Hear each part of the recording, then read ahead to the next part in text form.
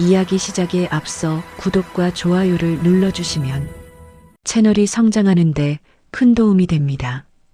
그럼 이야기 시작해 볼게요. 그날은 연말 송년회였습니다. 호텔에서 열린 성공한 사람들만 모이는 자리였죠. 그리고 그곳에 72세의 한 노인이 있었습니다. 그는 늘 그랬듯 말이 없었고 웃고 있었고 사람들 뒤편에 앉아 있었습니다.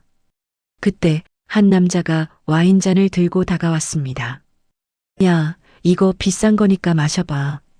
다음 순간 붉은 와인이 노인의 머리 위로 그대로 쏟아졌습니다. 주변에서는 웃음이 터졌고 누군가는 말했습니다. 에이, 친구끼리 장난이잖아. 노인은 젖은 셔츠를 움켜쥔 채 고개를 숙이고 웃었습니다. 그 웃음이 50년 동안 연습해온 표정이라는 걸 아무도 몰랐습니다. 하지만 그 장면을 보고 단 한 사람만은 멈췄습니다. 그 노인의 며느리, 대형 로펌의 파트너 변호사였습니다. 그녀는 깨달았습니다. 이건 장난이 아니라 평생 이어진 굴욕이라는 걸. 그리고 그 순간 그녀는 결심합니다. 이 노인이 왜 50년을 참아야 했는지, 누가 그를 이렇게 만들었는지 가장 화려한 무대에서 모두 드러내겠다고. 여러분, 이 이야기는 복수가 아닙니다. 참아야 했던 한 사람의 인생이 처음으로 세상 위로 올라오는 이야기입니다. 호텔 연회장의 샹들리에가 수백 개의 빛을 쏟아냈어요. 12월의 마지막 금요일, 연말 송년회는 성공한 기업인들의 축제였죠. 검은 정장을 차려입은 남자들이 와인잔을 부딪히며 웃음을 터뜨렸습니다. 여자들은 화려한 드레스 자락을 펼치며 사진을 찍었어요. 김성만은 구석 테이블 끝자리에 앉아 있었습니다. 72의 나이가 무색하게 허리는 곧았지만 그의 시선은 늘 아래를 향했어요. 회색 정장은 깔끔했지만 다른 사람들처럼 맞춤은 아니었죠. 그는 천천히 물잔을 들어 입술을 적셨습니다. 술은 마시지 않았어요. 마시면 안 되는 게 아니라 마실 수 없었습니다. 성만이 형, 여기 계셨네. 우렁찬 목소리가 연회장을 가로질렀어요. 사람들의 시선이 일제히 그쪽으로 쏠렸습니다. 최도연 회장이었죠. 73의 나이에도 어깨는 넓고 걸음걸이는 당당했어요. 손에는 레드와인 병을 들고 있었습니다. 값비싼 프랑스산이었죠. 김성만의 손가락이 미세하게 떨렸어요. 그는 재빨리 입가에 미소를 만들었습니다. 오랜 연습 끝에 체득한 표정이었죠. 도연이, 아, 왜 이렇게 구석에 박혀 계세요? 주인공이 이러시면 안 되지. 최도연은 김성만의 어깨를 툭 쳤습니다. 가볍게 친 것 같았지만 김성만의 몸이 흔들렸어요. 주변 사람들이 웃으며 자리를 비켜줬습니다. 둘의 관계를 모르는 사람은 없었죠. 고등학교 동창, 50년 지기 친구라고들 했습니다. 오늘 기분 좋은 날인데 한잔 해야지. 나는 괜찮네. 김성만이 손을 저었어요. 하지만 최도연은 이미 와인을 따르고 있었습니다. 붉은 액체가 잔을 채웠죠. 김성만은 그 장면을 가만히 지켜봤어요. 거부할 수 없다는 걸 알았습니다. 자, 건배. 최도연이 잔을 높이 들었어요. 김성만도 따라 잔을 들었습니다. 손이 떨려 와인이 살짝 흔들렸죠. 두 잔이 부딪히는 맑은 소리가 났어요. 우리 성만이 형, 참 의리 있지. 50년을 한결같이 내 옆에 있어줬어. 최도연의 목소리는 따뜻했습니다. 하지만 김성만은 그 따뜻함이 얼마나 차가운지 알았어요. 그는 고개를 숙여 와인을 홀짝였습니다. 쓴맛이 목구멍을 타고 내려갔죠. 형, 요즘 아들 준호 잘 나가던데? 내가 좀 도와줬잖아. 고맙네. 고마우면 됐지, 뭐. 우리 사이인데. 최도연이 김성만의 등을 두드렸어요. 한 번, 두 번, 세 번. 점점 세게 쳤습니다. 김성만의 얼굴이 굳어졌지만 여전히 웃고 있었어요. 주변 사람들은 다정한 광경이라며 미소 지었습니다. 그때였어요. 최도연이 갑자기 와인병을 기울였습니다. 붉은 액체가 김성만의 머리 위로 쏟아졌죠. 차가운 와인이 머리카락을 적시고 이마를 타고 흘렀어요. 흰 셔츠가 순식간에 붉게 물들었습니다. 아, 미안. 술이 좀 과했나 봐. 최도연이 크게 웃었어요. 연회장이 술렁였습니다. 하지만 곧 웃음소리가 터져나왔죠. 회장님 장난 좀 심하신데. 친하니까 저러는 거지 뭐. 부럽네. 그렇게 허물없는 사이. 김성만은 움직이지 않았어요. 와인이 턱을 타고 목을 적셨습니다. 그는 천천히 손을 들어 얼굴을 닦았죠. 냅킨은 금세 붉게 물들었어요. 괜찮네, 괜찮아. 그가 말했습니다. 목소리는 떨리지 않았어요. 오랜 시간 동안 연습해온 목소리였죠. 그는 웃었습니다. 입꼬리를 올렸어요. 사람들이 안심한 듯 다시 자기 이야기를 시작했습니다. 최도연은 만족스러운 표정으로 다른 테이블로 향했어요. 김성만은 자리에 남았습니다. 젖은 셔츠가 살갗에 달라붙었죠. 차가웠어요. 그는 냅킨으로 얼굴을 계속 닦았습니다. 손이 떨렸어요. 아버님, 낮은 목소리가 들렸습니다. 김성만이 고개를 들었어요. 며느리 한서윤이 서 있었죠. 그녀는 검은색 원피스를 입고 있었습니다. 화장기 없는 얼굴은 창백했어요. 서윤아, 괜찮으세요? 응, 괜찮아. 도연이가 술이 좀 과했나 봐. 김성만이 웃으며 말했어요. 하지만 서윤의 표정은 굳어 있었습니다. 그녀는 변호사였어요. 사람의 표정을 읽는데 익숙했죠. 김성만의 웃음 뒤에 무엇이 있는지 보였습니다. 저기 셔츠를 갈아입으셔야 할 것 같은데요. 아, 그래야겠구나. 김성만이 천천히 일어났어요. 와인이 바지까지 흘러내렸습니다. 그는 비틀거렸죠. 서윤이 재빨리 팔을 잡았어요. 제가 모시겠습니다. 고맙네. 두 사람은 연회장을 빠져나왔습니다. 복도는 조용했어요. 샹들리에의 불빛이 대리석 바닥에 반사됐죠. 김성만은 걸으면서 셔츠를 계속 만졌습니다.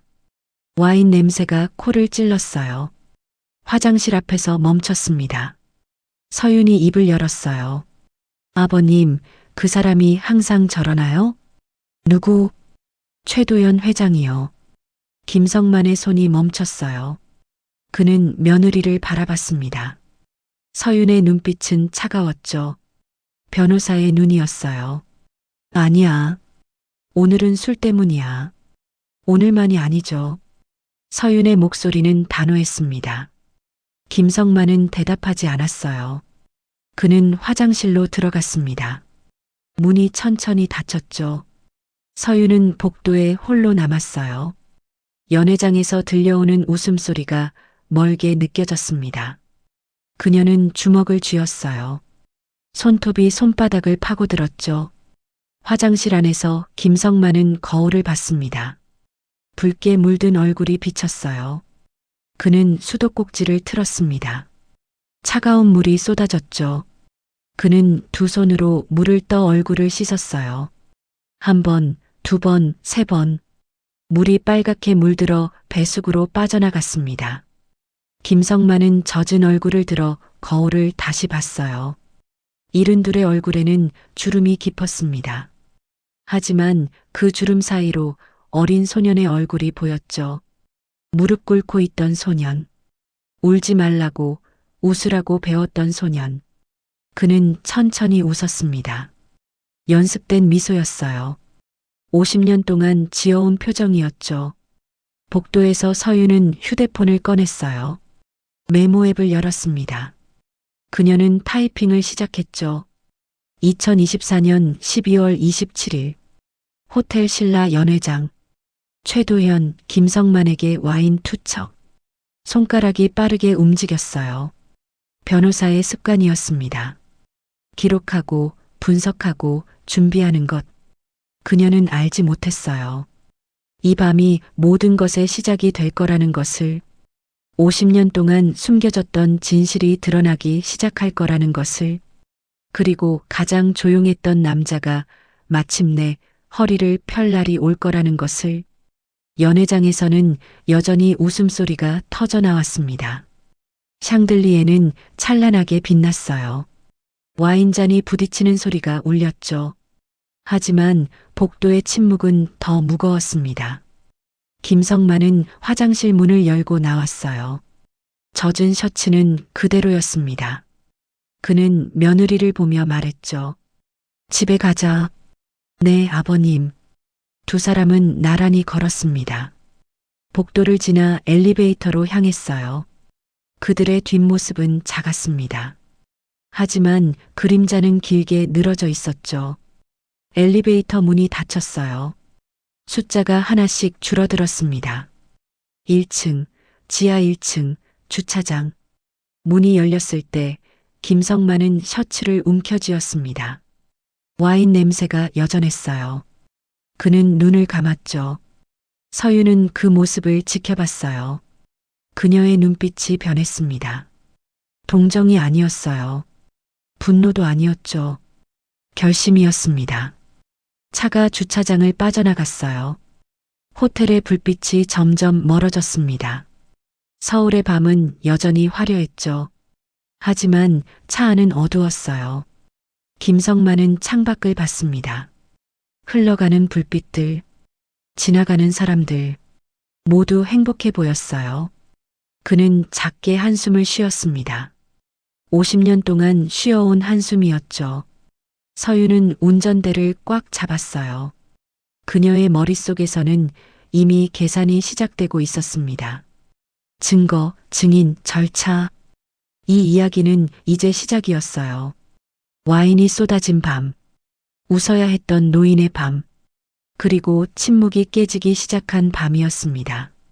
다음 날 토요일 아침, 서유는 시아버지 집 앞에 섰습니다.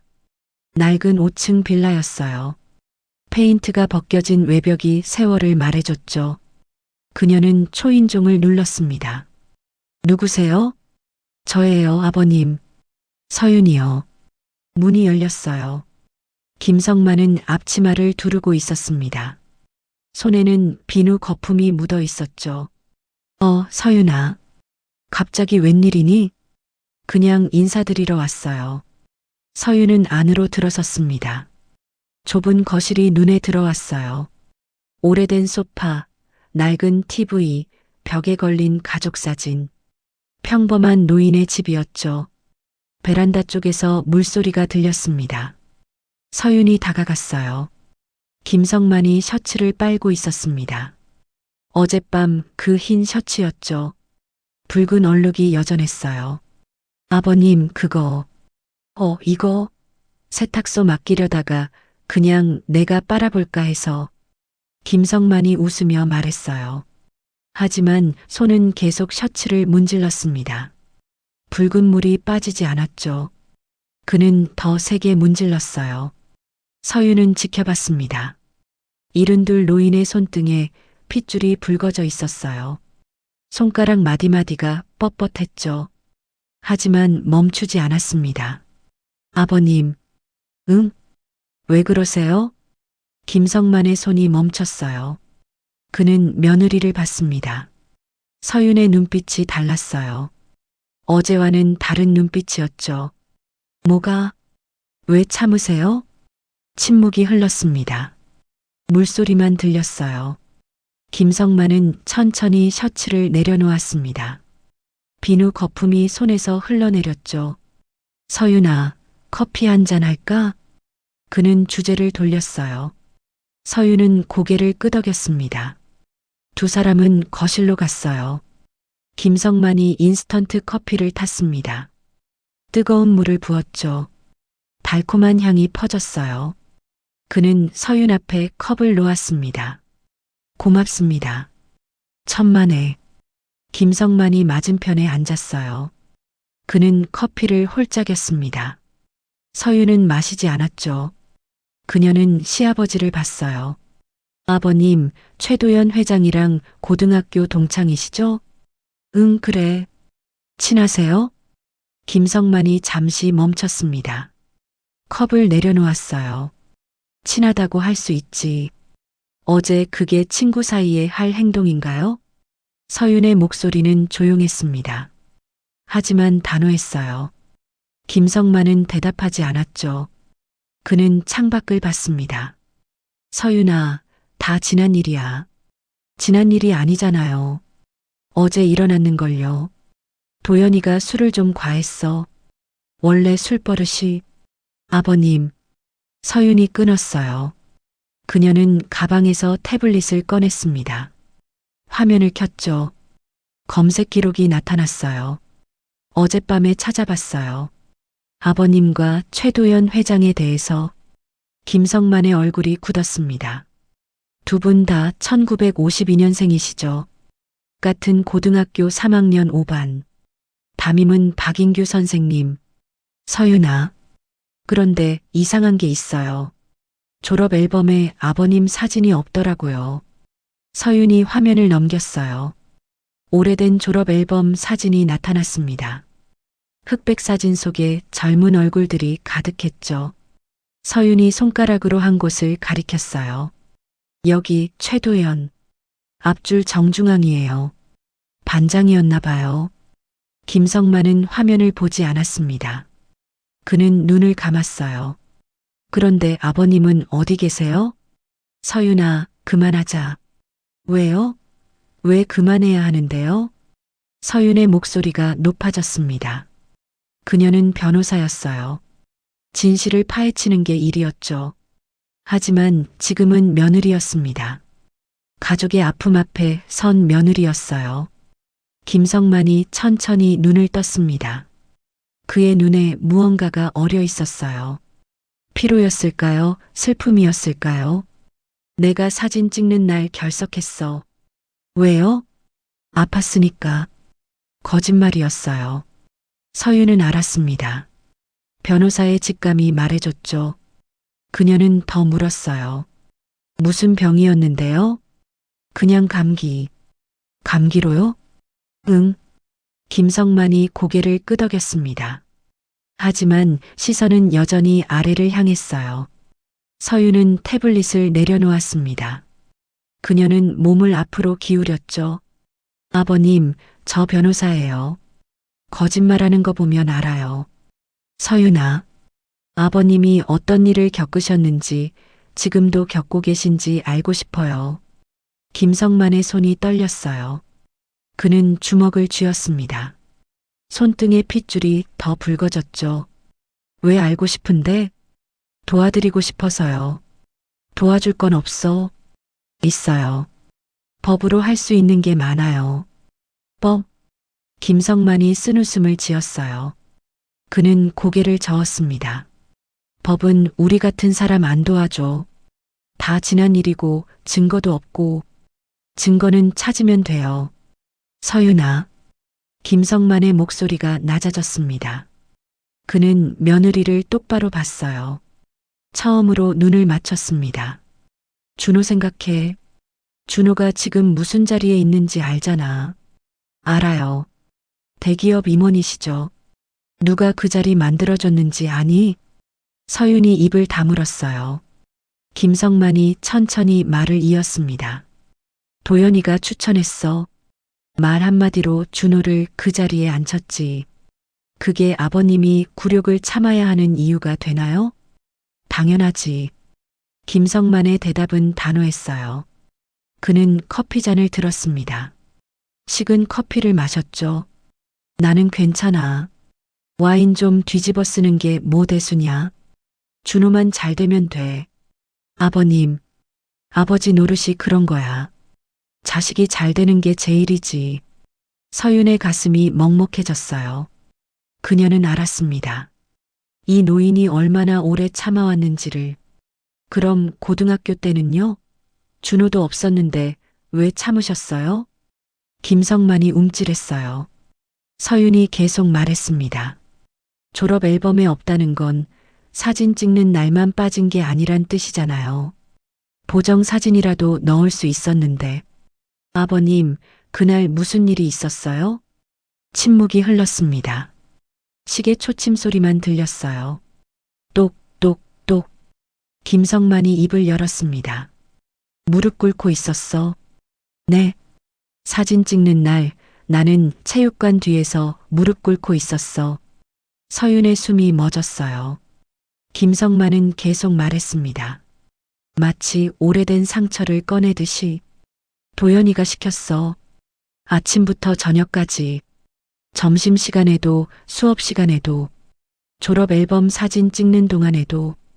왜요? 이유가 뭐 있겠어. 재미였지. 김성만의 목소리는 담담했어요. 너무 담담해서 더 슬펐습니다. 무릎 꿇고 미안하다고 100번 말하라고 했어. 99번 하면 다시 처음부터 세라고 했고. 무슨, 그게 장난이래. 친구끼리 하는 장난. 서윤의 손이 떨렸어요. 그녀는 주먹을 쥐었습니다. 손톱이 손바닥을 파고들었죠. 선생님은요?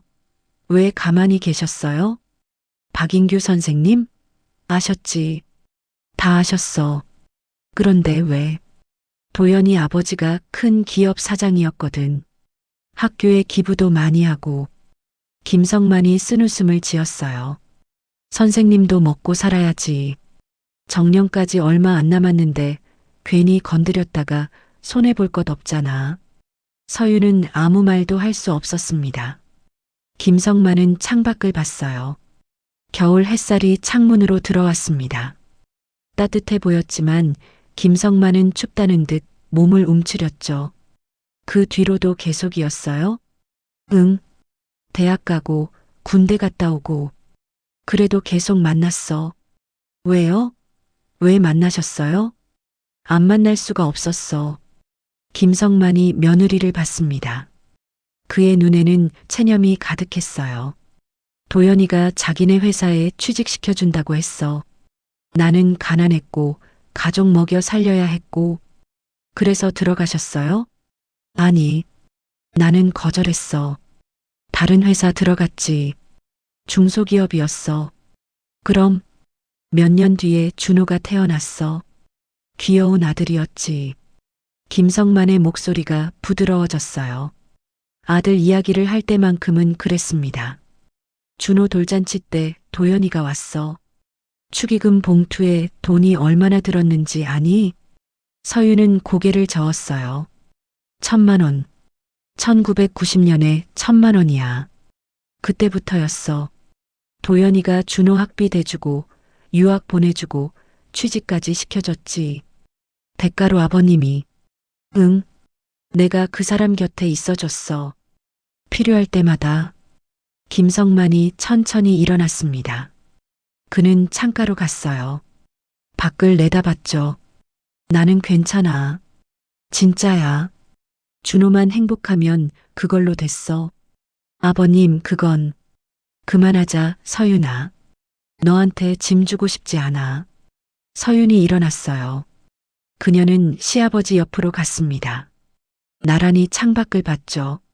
아버님, 저는 변호사예요. 짐을 나르는 게 제 일이에요.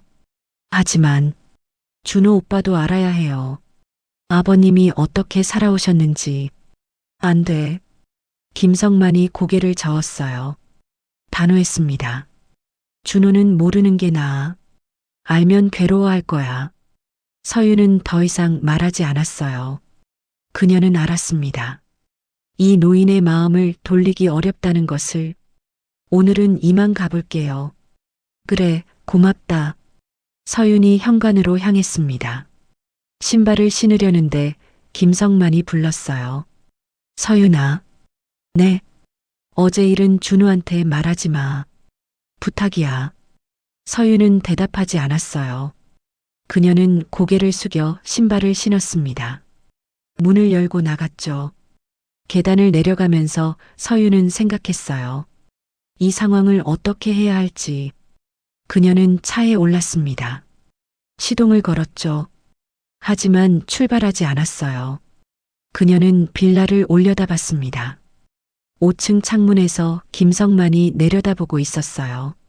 서윤은 휴대폰을 꺼냈습니다. 메모 앱을 열었죠. 어제 작성한 기록 아래에 새로운 내용을 추가했어요. 고등학교 시절 학교 폭력, 졸업 앨범 사진 결석, 박인규 담임교사, 50년간 지속된 관계, 아들의 미래를 인질로. 그녀의 손가락이 멈췄습니다. 그리고 한 줄을 더 적었어요. 피해자는 가해자를 원망하지 않는다. 더 큰 문제. 서윤은 휴대폰을 내려놓았습니다. 그녀는 알았어요. 이건 단순한 폭력 사건이 아니라는 것을, 한 사람의 인생 전체가 갇혀있는 감옥이라는 것을. 차가 빌라를 떠났습니다. 하지만 서윤의 마음속에서는 결심이 싹트고 있었어요. 법으로 할 수 있는 일이 있을 거라고, 반드시 찾아낼 거라고. 창문 너머로 김성만은 며느리의 차가 사라지는 걸 봤습니다. 그는 한숨을 쉬었어요. 깊고 긴 한숨이었죠. 베란다로 갔습니다.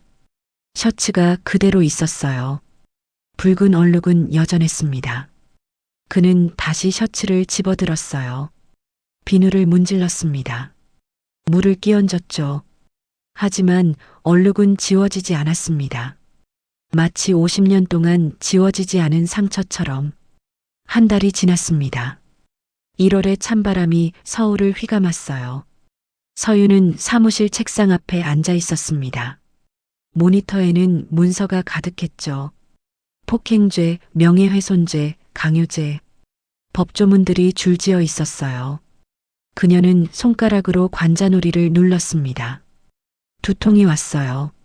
한 달 동안 매일 밤 자료를 뒤졌지만 답은 나오지 않았습니다. 50년 전 일을 어떻게 증명하지? 혼잣말이 새어나왔어요. 서윤은 펜을 집어들었습니다. 노트에 적었죠. 증거일, 와인 투척 사건 마이너스 목격자 다수 하지만 모두 최도연 측 인물. 증거 2, 과거 학교 폭력 마이너스 증거 없음, 증인 없음, 기록 없음. 증거 3, 지속적 괴롭힘 마이너스 피해자 증언뿐, 객관적 증거 부족.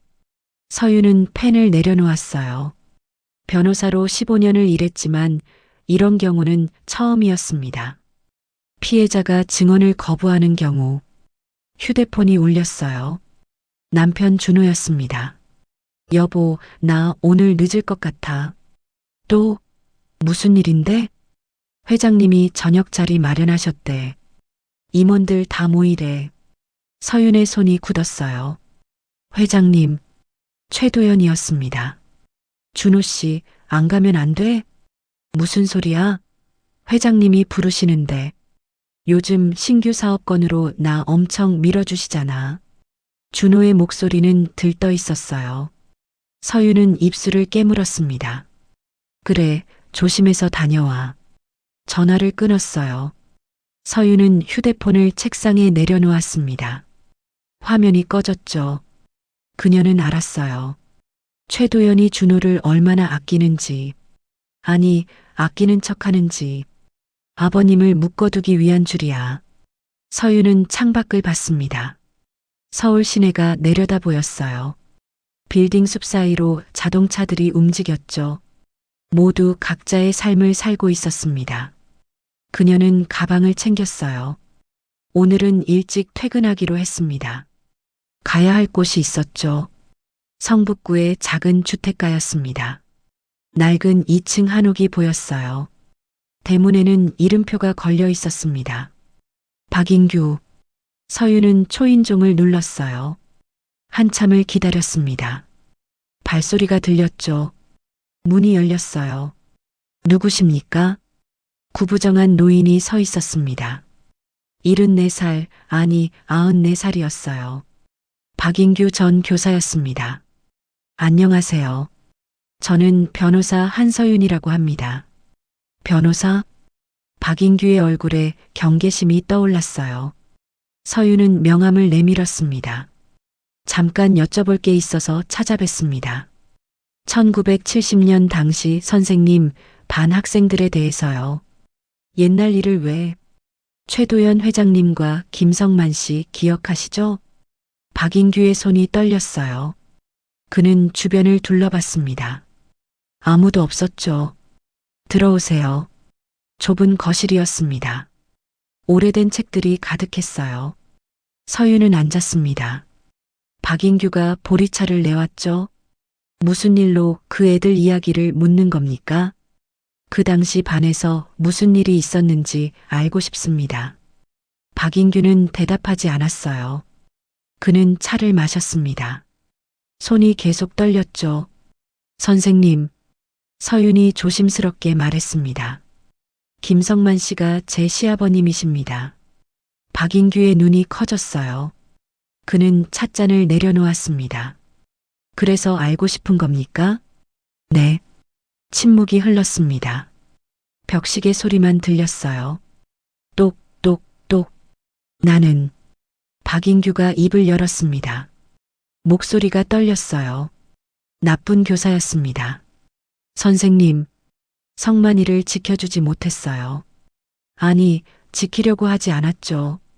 박인규의 눈가에 눈물이 맺혔습니다. 74살 노인의 눈물이었어요. 최도연 아버지가 학교 이사였습니다. 기부금도 많이 냈고 나는 정년이 얼마 안 남았었어요. 그래서 모른 척 하셨군요. 네. 박인규가 고개를 숙였습니다. 매일 봤어요. 도연이가 성만이를 괴롭히는 걸. 무릎 꿇리고 심부름시키고 때리고. 왜 말리지 않으셨어요? 말렸습니다. 처음엔. 박인규가 얼굴을 들었어요. 그랬더니 도연이 아버지가 교장실로 찾아왔어요. 조용히 하라고. 애들끼리 노는 건데 왜 참견하냐고. 그래서요? 나는 입을 다물었습니다. 서윤은 아무 말도 하지 않았어요. 박인규는 계속 말했습니다. 졸업 앨범 사진 찍는 날이었어요. 성만이가 없었죠. 체육관 뒤에 있다는 걸 알았습니다. 데리러 가야 했어요. 하지만 안 가셨군요. 네. 사진작가가 기다리고 있었고 시간이 없었고 핑계는 많았습니다. 박인규의 목소리가 잦아들었어요. 진실은 하나였어요. 나는 겁쟁이였습니다. 서윤은 가방에서 노트를 꺼냈습니다. 펜을 들었죠. 선생님, 증언해 주실 수 있으세요? 당시 일을. 박인규가 고개를 저었어요. 지금 와서 무슨 소용입니까? 50년도 더 지난 일을. 법은 시효가 있지만 진실은 시효가 없습니다. 하지만 선생님이 증언해 주시면 다른 길이 열릴 수 있어요. 박인규는 망설였습니다. 그의 손이 떨렸어요. 서윤은 기다렸습니다. 성만이는 뭐라고 하던가요? 아버님은 아무 말씀도 안 하세요. 다 지난 일이라고만. 그 친구답군요. 박인규가 쓴웃음을 지었어요. 항상 그랬어요. 맞아도 안 울고 괴롭힘 당해도 선생님한테 말 안 하고. 왜요? 자기 엄마 아프다고 했어요. 자기 때문에 학교에서 문제 생기면 엄마가 걱정할까봐 참는다고. 서윤의 가슴이 먹먹해졌어요. 그녀는 노트에 적었습니다. 선생님, 혹시 당시 기록이 남아있나요? 출석부나 생활기록부 같은 거. 다 없어졌을 겁니다. 학교에서 오래전에 폐기했을 거예요. 선생님 개인 기록은요? 박인규가 잠시 생각했어요. 그는 일어났습니다. 안방으로 들어갔죠. 한참 후에 나왔어요. 손에 낡은 수첩을 들고 있었습니다. 이게 있긴 합니다. 그는 수첩을 펼쳤어요. 노란 종이에 검은 글씨가 빼곡했습니다. 매일 일기처럼 썼어요. 무슨 일이 있었는지. 서윤이 다가갔습니다. 수첩을 들여다봤어요. 1970년 3월 12일. 도연이가 또 성만이를 때렸다. 말리지 못했다. 1970년 5월 3일. 성만이 무릎에 피멍이 들었다. 넘어졌다고 했지만 거짓말이다. 1970년 11월 15일 졸업 앨범 촬영. 성만이를 데리러 가지 않았다. 나는 비겁하다. 서윤의 손이 떨렸어요. 이것이었습니다. 증거였어요. 선생님, 이거 제가 가져가도 될까요? 뭐 하시게요? 법정에서 써야 해요. 박인규가 망설였습니다. 그는 수첩을 꼭 잡았어요. 이걸 공개하면 나는 끝입니다. 나쁜 교사였다는 게 세상에 알려지는 거잖아요. 하지만 늦게라도 진실을 말하는 것, 그게 속죄 아닐까요? 박인규의 눈에서 눈물이 흘렀습니다. 그는 천천히 수첩을 내밀었어요. 가져가세요. 그리고 성만이한테 전해주세요. 미안하다고. 서윤은 수첩을 받았습니다. 조심스럽게 가방에 넣었죠. 고맙습니다, 선생님. 고맙긴요. 50년 늦었는데. 서윤은 일어났어요. 박인규도 따라 일어났습니다. 현관까지 배웅했죠. 변호사님. 네. 이겨주세요. 꼭. 서윤은 고개를 끄덕였습니다. 그녀는 한옥을 나섰어요. 집으로 돌아가는 길이었습니다. 서윤은 가방을 꼭 안았어요. 수첩이 들어 있었습니다. 하지만 마음은 무거웠어요. 이것만으로 충분할까? 50년 전 일기장 하나로 재판을 이길 수 있을까? 휴대폰이 울렸습니다. 시아버지였어요. 여보세요, 아버님. 서윤아, 나야. 김성만의 목소리는 떨리고 있었습니다. 무슨 일이세요? 저기 도연이가 오늘 저녁에 준호 데리고 골프장 간다는데. 네, 알아요. 서윤아, 걱정돼서 그래. 뭐가요? 도연이가 요즘 준호한테 너무 잘해줘. 뭔가 꿍꿍이가 있는 것 같아. 서윤의 등에 식은땀이 흘렀어요. 아버님, 혹시 무슨 일 있어요? 어제도 나보고 오라고 하더라고. 준호 앞에서 나한테. 김성만의 목소리가 끊겼습니다. 서윤은 차를 세웠어요. 아버님, 무슨 일 있었어요? 아니야, 아무것도 아니야. 그냥 걱정돼서.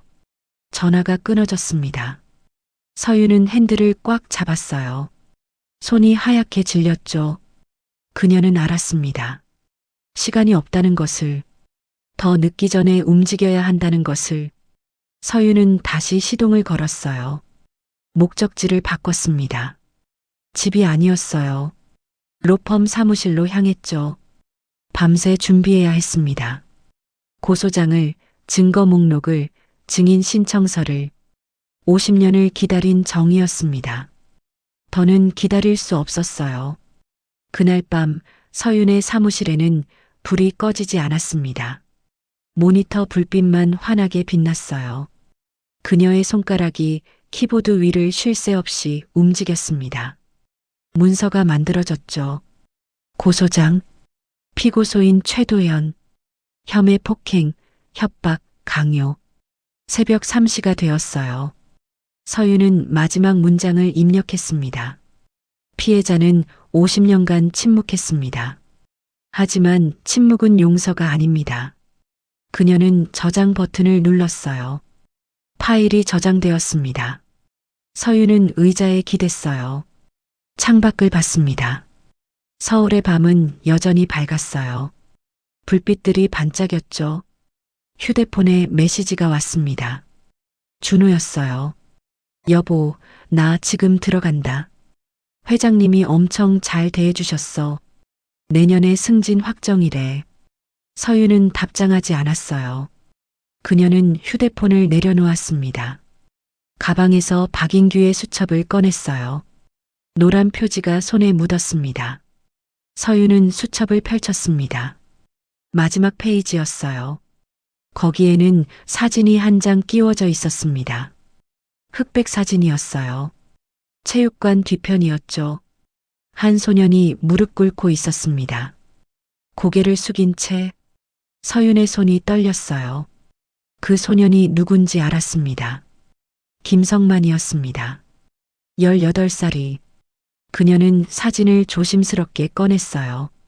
뒤에 글씨가 적혀 있었습니다. 1970년 11월 15일. 용서해다오, 성만아. 마이너스 박인규. 서윤은 눈을 감았습니다. 눈물이 흘렀어요. 그녀는 이제 알았습니다. 이 싸움이 무엇을 위한 것인지, 한 사람의 존엄을 되찾는 일이라는 것을. 서윤은 눈을 떴어요. 사진을 파일에 넣었습니다. 가방을 챙겼죠. 내일 아침 검찰청에 고소장을 제출할 것입니다. 법은 늦었지만 정의는 아직 살아 있었습니다. 2월의 마지막 날이었습니다. 서울 신라호텔 다이너스티홀에는 사람들이 가득 모였어요. 최도연 회장의 자서전 출판 기념회였죠. 함께 걸어온 50년 우정과 신뢰의 경영. 무대 뒤편 현수막에 적힌 제목이었습니다. 샹들리에가 홀을 밝혔어요. 정장을 차려입은 기업인들, 정치인들, 언론인들이 와인잔을 들고 담소를 나눴죠. 김성만은 구석자리에 앉아 있었습니다. 검은 정장이 몸에 맞지 않았어요. 빌려 입은 옷이었죠. 그는 손을 꼭 쥐었습니다. 떨림을 멈추려 애썼어요. 아버님. 옆에 앉은 서윤이 작게 불렀습니다. 그녀는 진한 화장을 하고 있었어요. 검은 드레스를 입었죠. 하지만 표정은 긴장돼 있었습니다. 괜찮아, 서윤아. 조금만 참으세요. 곧 시작될 거예요. 김성만은 고개를 끄덕였어요. 그의 시선이 무대로 향했습니다.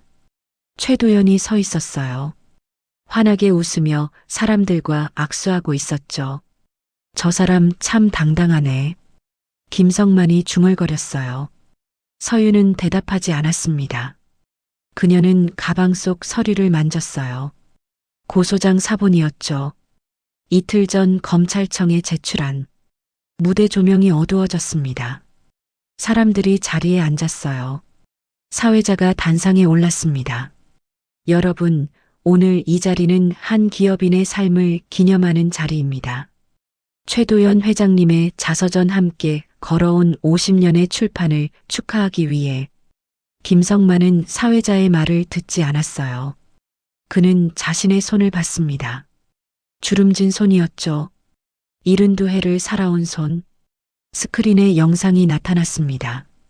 최도연의 젊은 시절 사진들이었어요.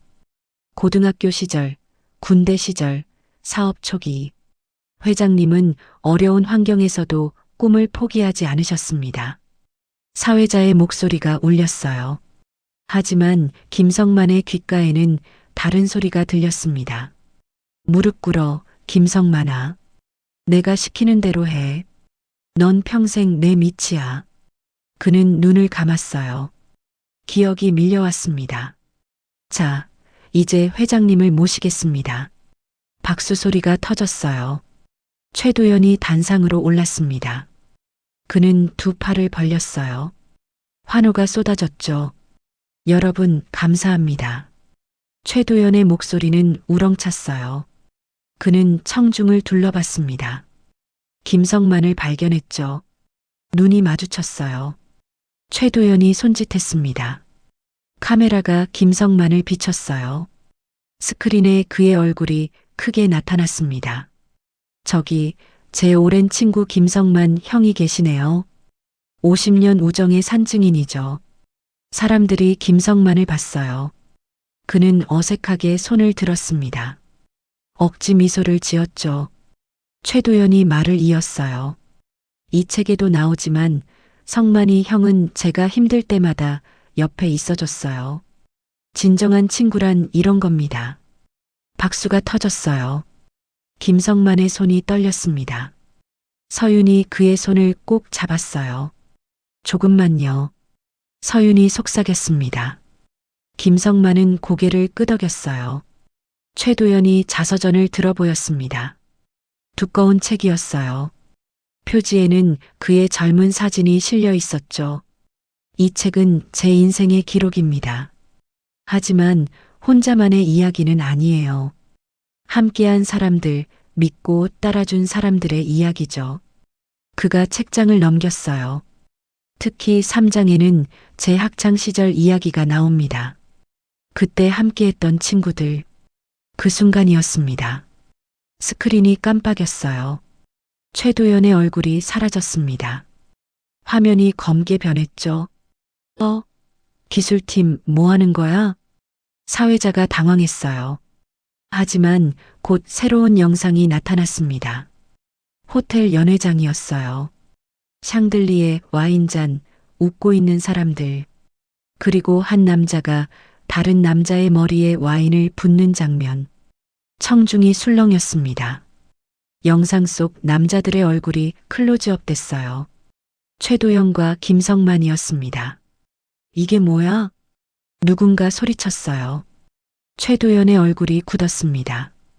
영상이 계속됐어요. 이번엔 골프장이었습니다. 최도연이 김성만을 밀치는 장면. 큰 소리로 욕하는 장면. 사람들 앞에서 망신 주는 장면. 저건 언제 찍은 거야? 몰카 아니야? 사람들이 웅성거렸어요. 최도연이 무대에서 내려오려 했습니다. 하지만 경호원이 막아섰어요. 회장님, 잠시만요. 영상이 멈췄습니다. 화면에 글자가 떠올랐어요. 이것이 50년 우정입니까? 침묵이 흘렀습니다. 그때 새로운 영상이 나타났어요. 낡은 수첩이었습니다. 손이 페이지를 넘겼어요. 글씨가 화면을 채웠죠. 1970년 3월 12일. 도연이가 또 성만이를 때렸다. 1970년 5월 3일. 성만이 무릎에 피멍이 들었다. 1970년 11월 15일. 나는 비겁하다. 박인규의 일기장이었습니다. 카메라가 한 장의 사진을 비췄어요. 체육관 뒤에 무릎 꿇고 있는 소년. 청중이 숨을 죽였어요. 화면이 다시 바뀌었습니다. 법정 서류였어요. 고소장이었죠. 피고소인 최도연. 죄명 폭행, 협박, 강요. 홀이 완전히 조용해졌습니다. 최도연은 무대에 서 있었어요. 얼굴이 새하얗게 질렸죠. 그때 김성만이 일어났습니다. 천천히, 아주 천천히. 그는 통로를 걸어 무대로 향했어요. 사람들이 길을 비켰습니다. 카메라가 그를 따라갔죠. 김성만이 계단을 올랐어요. 한 걸음, 두 걸음. 무대 위에 섰습니다. 최도연과 마주 봤어요. 도연아? 김성만의 목소리는 떨리지 않았습니다. 처음으로 나왔어. 최도연이 입을 열었어요. 하지만 아무 말도 나오지 않았습니다. 50년 동안 내 옆에 있어줬지. 김성만이 한 걸음 다가갔어요. 내가 때려도 욕해도 무시해도 참았어. 또 한 걸음. 왜 그랬는지 아니? 최도연이 뒷걸음질 쳤습니다. 내 아들 때문이었어. 준호가 잘 되길 바랐어. 김성만의 눈에서 눈물이 흘렀어요. 하지만 목소리는 단단했습니다. 하지만 이제 알았어. 내가 참는 게 준호를 위한 길이 아니었어. 그는 주머니에서 무언가를 꺼냈어요. 작은 와인병이었습니다. 너 기억하지? 친구끼리 장난이라고 했잖아. 김성만이 병을 열었어요. 붉은 액체가 보였죠. 그럼 나도 장난 한번 쳐볼까? 그는 천천히 와인을 기울였습니다. 붉은 액체가 최도연의 머리 위로 쏟아졌어요. 최도연은 움직이지 못했습니다. 와인이 얼굴을 적시고 정장을 타고 흘렀죠. 플래시가 터졌어요. 기자들이 셔터를 눌렀습니다. 순간이 영원히 기록됐어요. 김성만은 빈 병을 내려놓았습니다. 그는 청중을 봤어요. 여러분, 이 사람은 제 친구가 아닙니다. 그의 목소리가 홀에 울렸어요. 50년간 저를 괴롭힌 가해자입니다. 침묵이었어요. 아무도 말하지 않았습니다. 오늘 저는 처음으로 말합니다. 더는 참지 않겠다고. 김성만이 무대에서 내려왔어요. 그의 걸음은 흔들리지 않았습니다. 서윤이 기다리고 있었어요. 그녀는 시아버지를 안았습니다. 잘하셨어요, 아버님. 김성만은 대답하지 않았어요. 하지만 그의 얼굴에는 미소가 떠올랐습니다. 진짜 미소였어요. 경찰이 들어왔습니다. 그들은 무대로 향했어요. 최도연에게 다가갔죠. 최도연 씨, 폭행 및 협박 혐의로 동행하셔야겠습니다. 최도연은 저항하지 않았어요. 그는 고개를 숙인 채 경찰을 따라갔습니다. 홀을 나가면서 김성만과 눈이 마주쳤어요. 최도연이 입을 열었습니다. 성만아. 하지만 김성만은 돌아보지 않았어요. 그는 앞을 향해 걸었습니다. 출구로 나가는 길이었습니다. 복도는 밝았어요. 창밖으로 봄 햇살이 들어왔죠. 김성만이 멈춰 섰어요. 창밖을 봤습니다. 서울 시내가 펼쳐져 있었어요. 서윤아. 네, 아버님. 이제 끝난 거니? 아직 재판이 남았어요. 하지만 가장 힘든 건 끝났어요. 김성만이 고개를 끄덕였어요. 그는 깊게 숨을 들이마셨습니다. 숨이 잘 쉬어지네. 서윤이 웃었어요. 눈물 섞인 웃음이었습니다. 이제 편하게 사세요. 아무도 아버님을 괴롭히지 못해요. 준호는 괜찮을까? 오빠도 알아야 해요. 아버님이 얼마나 대단한 분인지. 그때 발소리가 들렸어요. 준호였습니다.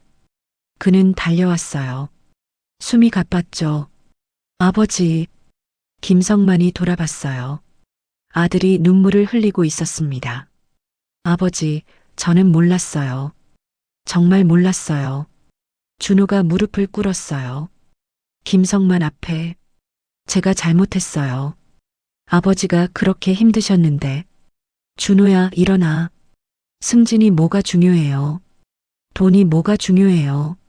아버지가 행복하신 게 제일 중요하죠. 김성만이 아들을 일으켰어요. 그를 꼭 안았습니다. 괜찮아, 아들아. 내 잘못이 아니야. 아버지, 이제 다 지나갔어. 우리 앞만 보자. 준호가 울었어요.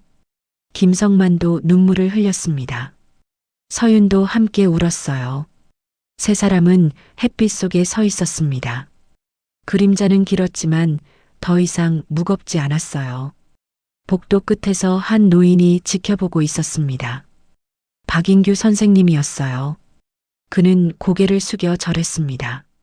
누가 보라는 게 아니었죠. 자신을 위한 절이었어요. 김성만이 그를 봤습니다. 눈이 마주쳤어요. 김성만이 고개를 끄덕였습니다.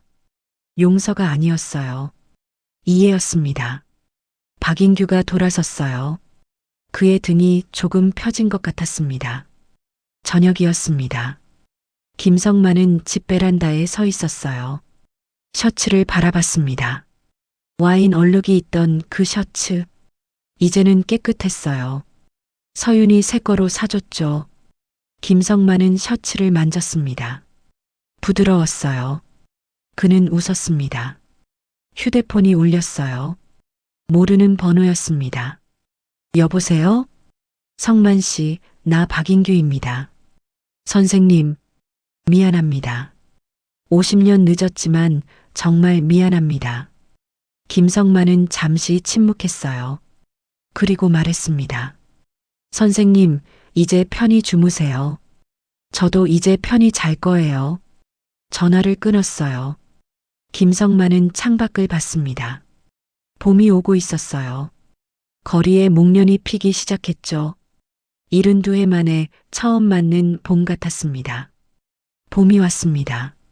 4월의 햇살이 서울을 비췄어요.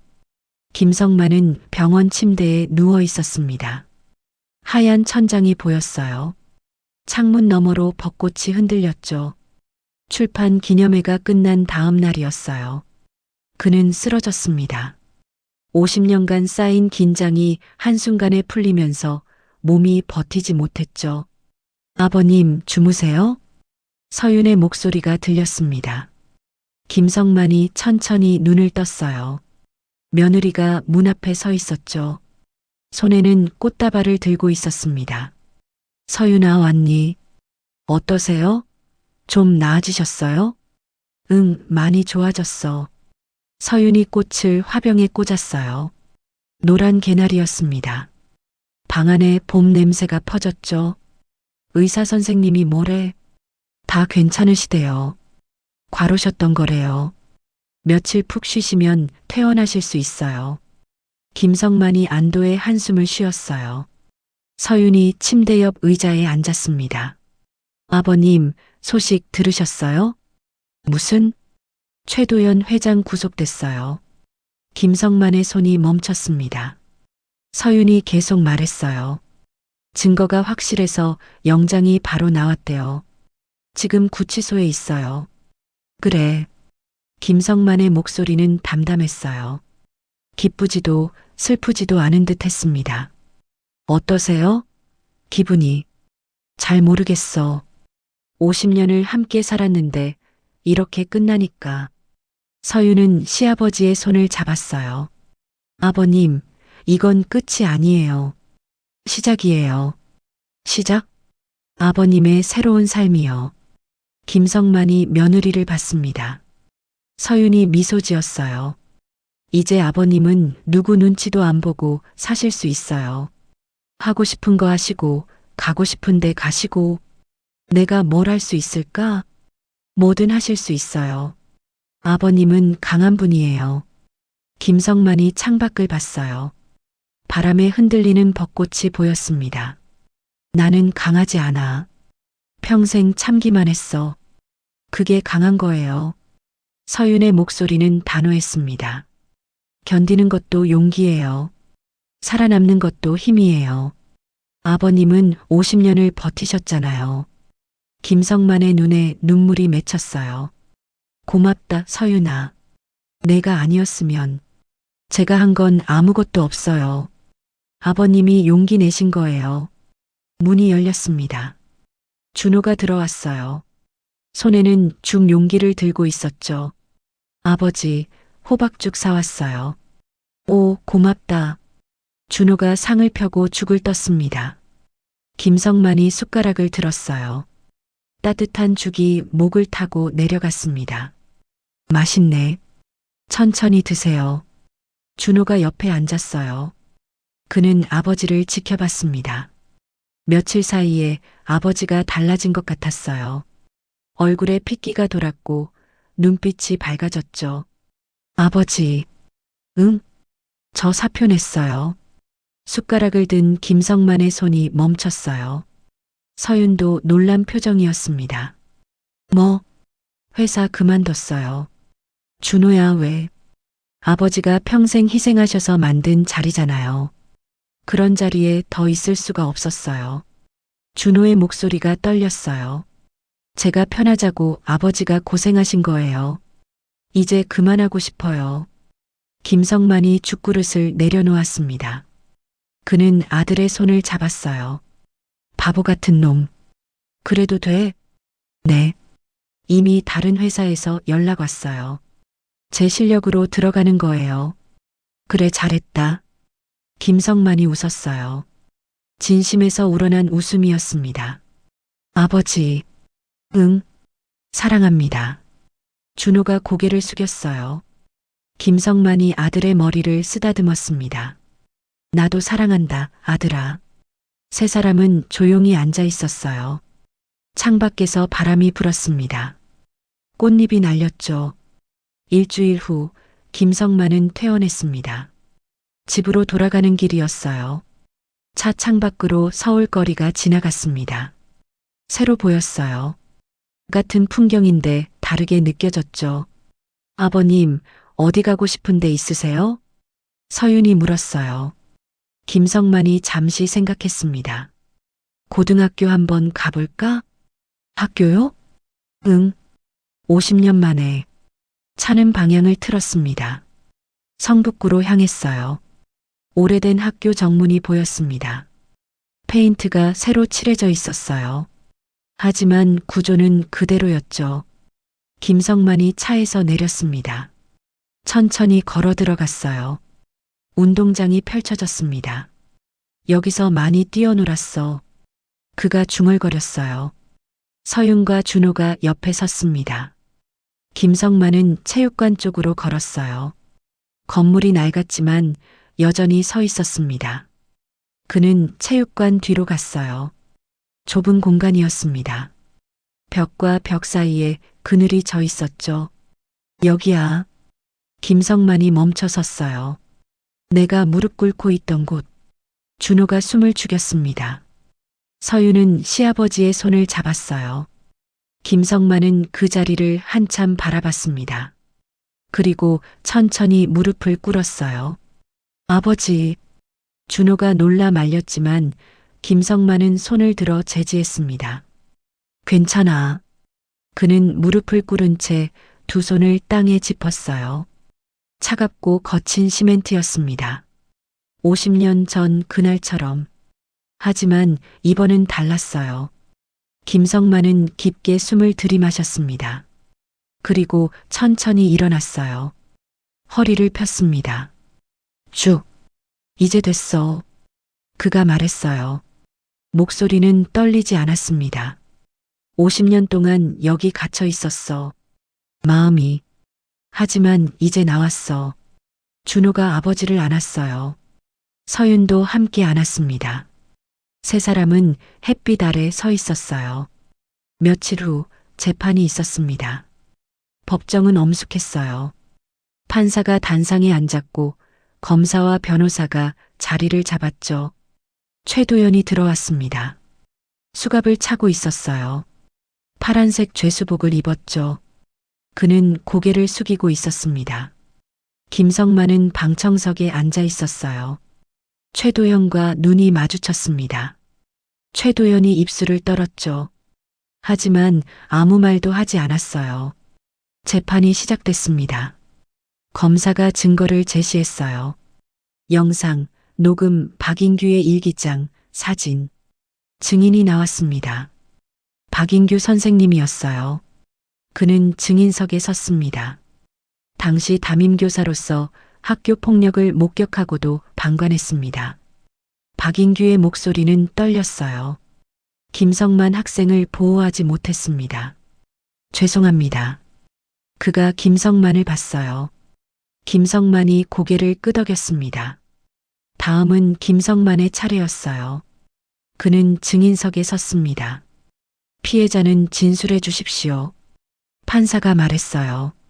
김성만은 침착하게 말을 시작했습니다. 저는 50년간 피고인에게 괴롭힘을 당했습니다. 그의 목소리는 명료했어요. 학창 시절의 폭력, 성인이 된 후의 협박과 굴욕. 제 아들을 인질로 잡고 저를 지배했습니다. 왜 그동안 참으셨습니까? 아들이 행복하길 바랐습니다. 아버지로서 할 수 있는 전부였어요. 김성만의 눈에 눈물이 맺혔어요. 하지만 목소리는 흔들리지 않았습니다. 하지만 이제 알았습니다. 참는 것만이 사랑이 아니라는 걸, 당당한 아버지가 되는 것도 사랑이라는 걸.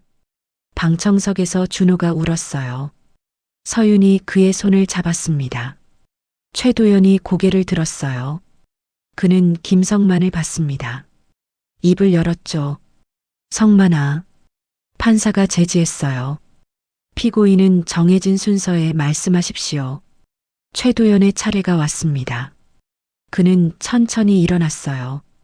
저는 잘못했습니다. 그의 목소리는 작았어요. 어렸을 때부터 성만이를 괴롭혔습니다. 장난이라고 생각했어요. 친구니까 괜찮다고. 하지만 장난이 아니었죠? 검사가 물었어요. 내 폭력이었습니다. 최도연이 김성만을 봤습니다. 미안하다, 성만아. 너무 늦었지만. 김성만은 대답하지 않았어요. 그는 최도연을 차분히 바라봤습니다. 판결이 내려졌습니다. 피고인 최도연에게 징역 2년을 선고한다. 방청객들이 술렁였어요. 최도연은 고개를 숙였습니다. 또한 피해자에게 5억 원을 배상하라. 판사의 목소리가 울렸어요. 폭력은 어떤 이유로도 정당화될 수 없으며 우정이라는 이름으로 가려질 수도 없다. 재판이 끝났습니다. 최도연이 끌려나갔어요. 김성만은 자리에 앉아 있었습니다. 서윤이 다가왔어요. 아버님 가시죠. 응. 법원을 나왔습니다. 바깥은 화창했어요. 5월의 햇살이 따뜻했죠. 기자들이 몰려들었습니다. 카메라 플래시가 터졌어요. 김성만 씨, 소감 한 말씀 해주세요. 김성만이 멈춰 섰어요. 그는 기자들을 봤습니다. 저는 평범한 아버지입니다. 그의 목소리는 담담했어요. 50년간 참았습니다. 하지만 참는 게 미덕이 아니란 걸 이제 압니다. 앞으로 계획이 있으십니까? 있습니다. 김성만이 미소 지었어요. 행복하게 사는 거요. 아들과 며느리와 손주들과. 그는 준호와 서윤을 봤습니다. 두 사람이 다가와 그를 부축했어요. 더 이상 누구에게도 굽히지 않고 당당하게 살 겁니다. 김성만이 허리를 폈습니다. 햇빛이 그를 비쳤어요. 기자들의 셔터 소리가 터졌습니다. 그 순간이 사진에 담겼어요. 당당히 서 있는 72 노인의 모습이. 6월이 되었습니다. 김성만은 작은 카페를 열었어요. 동네 골목에 있는 아담한 가게였죠. 이름은 새봄이었습니다. 오전 10시 문을 열었어요. 손님들이 하나둘 들어왔습니다. 어서 오세요. 김성만이 웃으며 인사했어요. 앞치마를 두른 모습이 자연스러웠습니다. 커피를 내렸어요. 고소한 향이 퍼졌죠. 손님에게 건넸습니다. 맛있게 드세요. 감사합니다, 사장님. 김성만이 창가에 섰어요. 밖을 내다봤습니다. 거리에는 사람들이 지나다녔어요. 각자의 삶을 살고 있었죠. 문이 열렸어요. 박인규 선생님이었습니다. 그는 조심스럽게 들어왔어요. 성만아, 선생님 오셨어요. 앉으세요. 김성만이 자리를 권했습니다. 박인규가 앉았어요. 김성만이 커피를 내왔죠. 고맙네. 두 사람은 잠시 침묵했어요. 박인규가 입을 열었습니다. 성만아, 나는. 선생님. 김성만이 말을 끊었어요. 다 지난 일이에요. 하지만 선생님도 살아야 했잖아요. 저도 이해해요. 박인규의 눈에 눈물이 맺혔어요. 고맙다, 성만아. 이제 편하게 사세요, 선생님. 두 사람은 커피를 마셨습니다. 창밖으로 햇살이 들어왔어요. 따뜻했습니다. 저녁이었어요. 카페 문을 닫고 김성만은 집으로 향했습니다. 준호네 집이었어요. 손주들이 기다리고 있었죠. 할아버지. 5살 손녀가 달려왔어요. 김성만이 안아 올렸습니다. 우리 공주, 오늘도 예쁘네. 할아버지, 놀아줘요. 그래, 뭐하고 놀까? 저녁 식사를 했어요. 서윤이 차린 밥상이었죠. 가족들이 둘러앉았습니다. 잘 먹겠습니다. 밥을 먹으면서 이야기꽃이 피었어요. 준호의 새 회사 이야기, 손주의 유치원 이야기, 서윤의 사건 이야기. 김성만은 가만히 들었습니다. 웃었어요. 가끔 한마디 거들었죠. 식사 후 거실에 모였습니다. TV를 켰어요. 뉴스가 나왔습니다. 학교 폭력 피해자가 50년 만에 가해자를 고소한 사건. 오늘 최종 판결이. 준호가 채널을 돌리려 했어요. 하지만 김성만이 말렸습니다. 괜찮아. 봐도 돼. 화면에 김성만의 사진이 나왔어요. 법원 앞에서 찍은 사진이었죠. 허리를 펴고 서 있는 모습. 이 사건은 많은 이들에게 용기를 주었습니다. 늦어도 정의는 실현될 수 있다는 희망을. 김성만이 TV를 껐어요. 손주를 무릎에 앉혔습니다. 할아버지, 저 사람 할아버지예요? 응, 그래. 멋있어요. 김성만이 웃었어요. 손주의 머리를 쓰다듬었습니다. 고맙다, 우리 공주. 밤이 깊었습니다. 김성만은 자기 집으로 돌아왔어요. 베란다에 섰습니다. 밤하늘을 올려다봤어요. 별이 빛나고 있었죠. 50년 만에 보는 별 같았습니다. 아니, 처음 보는 별 같았어요. 그는 깊게 숨을 들이마셨습니다. 공기가 달았어요. 휴대폰이 울렸습니다. 문자였어요. 준호였죠. 아버지, 오늘도 수고하셨어요. 사랑해요. 김성만이 답장을 보냈어요. 나도 사랑한다, 아들아. 그는 휴대폰을 내려놓았습니다. 다시 하늘을 봤어요. 여보. 김성만이 작게 중얼거렸어요. 하늘을 향해. 나 이제 괜찮아. 당당하게 살 거야. 우리 준호도 잘 크고. 약속 지켰어. 바람이 불었습니다. 부드러웠어요. 김성만은 미소 지었습니다. 눈물이 흘렀지만 슬프지 않았어요. 그는 방으로 들어갔습니다. 침대에 누웠어요. 편안했습니다. 창문 너머로 달빛이 들어왔어요. 그의 얼굴을 비췄죠. 72해 만에 처음으로 김성만은 평화로웠습니다. 그는 눈을 감았어요. 잠이 왔습니다. 꿈을 꿨어요. 꿈속에서 그는 젊었습니다. 18살이었어요. 하지만 이번에는 무릎 꿇고 있지 않았습니다. 그는 운동장을 뛰어다니고 있었어요. 친구들과 웃으며 자유로웠습니다. 다음 날 아침 김성만은 일찍 일어났어요. 조깅복을 입었습니다. 밖으로 나갔어요. 공원을 향했죠. 아침 햇살이 따뜻했습니다. 새들이 지저귀고 있었어요. 김성만은 천천히 뛰기 시작했어요. 허리를 펴고 고개를 들고 바람이 얼굴을 스쳤습니다. 시원했어요. 좋다. 그가 혼잣말을 했어요. 미소 지었습니다. 앞에서 한 노인이 걸어오고 있었어요. 김성만과 비슷한 나이였죠. 좋은 아침입니다. 김성만이 먼저 인사했어요. 밝은 목소리였습니다. 아, 좋은 아침이에요.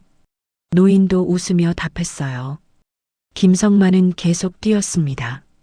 공원을 한 바퀴, 두 바퀴, 땀이 났어요. 기분이 좋았습니다. 벤치에 앉아 숨을 고르며 하늘을 봤어요. 구름 한 점 없이 맑았습니다. 72의 나이에 김성만은 새로운 삶을 시작하고 있었어요. 늦었지만 괜찮았습니다. 지금부터가 진짜 그의 인생이었으니까요.